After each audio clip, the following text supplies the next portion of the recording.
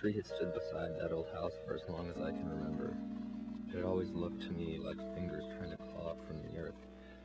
No trunk, just a bunch of skinny gnarled branches reaching for God knows what. It seemed at any moment that the bony demon hand would appear. The only thing that distorted this image was the one horizontal limb stabbing straight out of the branch. I called it the pinky, like a rusty nail in some forgotten doorway. The other image this strangely placed judging stick called to mind was that of an accusing finger. It pointed straight at that old house, our old summer house. Somehow, no matter where I was standing in that house, especially when I was alone, I knew the finger was pointing into me. My father had owned the house, as his father had before him. It lay in the middle of an old plantation in the heart of Tennessee. Apparently, my great-great-granddad had been a plantation owner. He was so loaded, he could afford to have his slaves killed off in any manner that took him. He brought 7 children into this world, all through rape. Only one had lived more than a few hours after birth. His wife knew about him, but was afraid of what he might do if she spoke a word of it to him or anyone else. In spite of that fact, he cut a dashing figure. You can see why my great-granny was tricked into marrying him. There's one picture of him left in that old house. He looks the typical southern gentleman, one of the good old boys. There's nothing general about him. His black hair is greasy, parted in the middle. It sticks to the side of his head like a wet paper towel sticks to a basketball. His suit, also black, fits his slim figure to a T, but despite his diminutive stature, he exudes an air of violence, even in the old photo. In the picture, his hands are clasped behind his back. At least, I always assumed they were. Now I'm not so sure. He wore a sort of insane smile, as if asking you to guess which hand is hiding something. And his eyes are the first thing you notice in the picture. It used to look like his eyes were closed, as if he were caught blinking.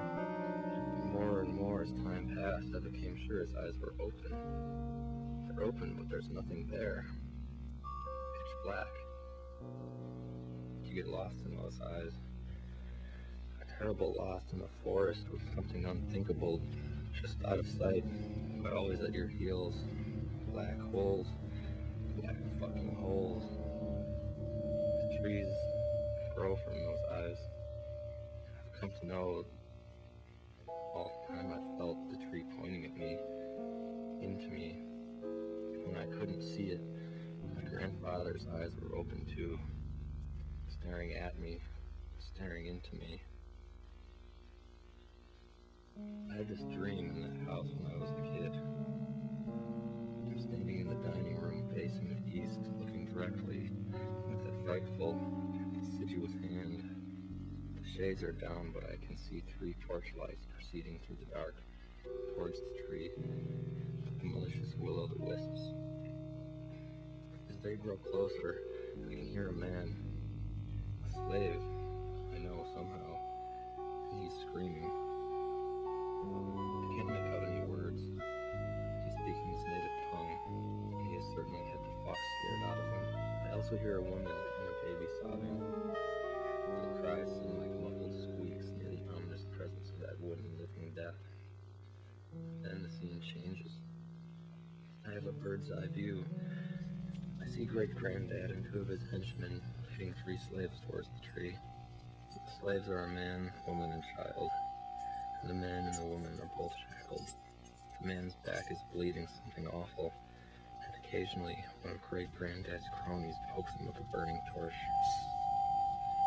The woman is clutching a child, as if dropping it would be the end of her.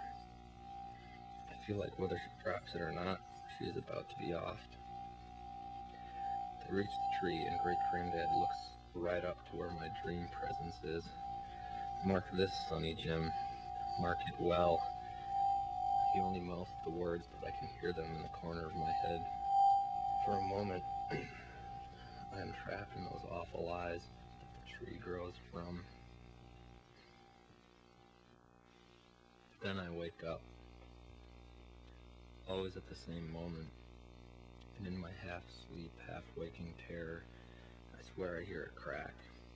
A crack like a Louisville slugger being snapped in half with tremendous force.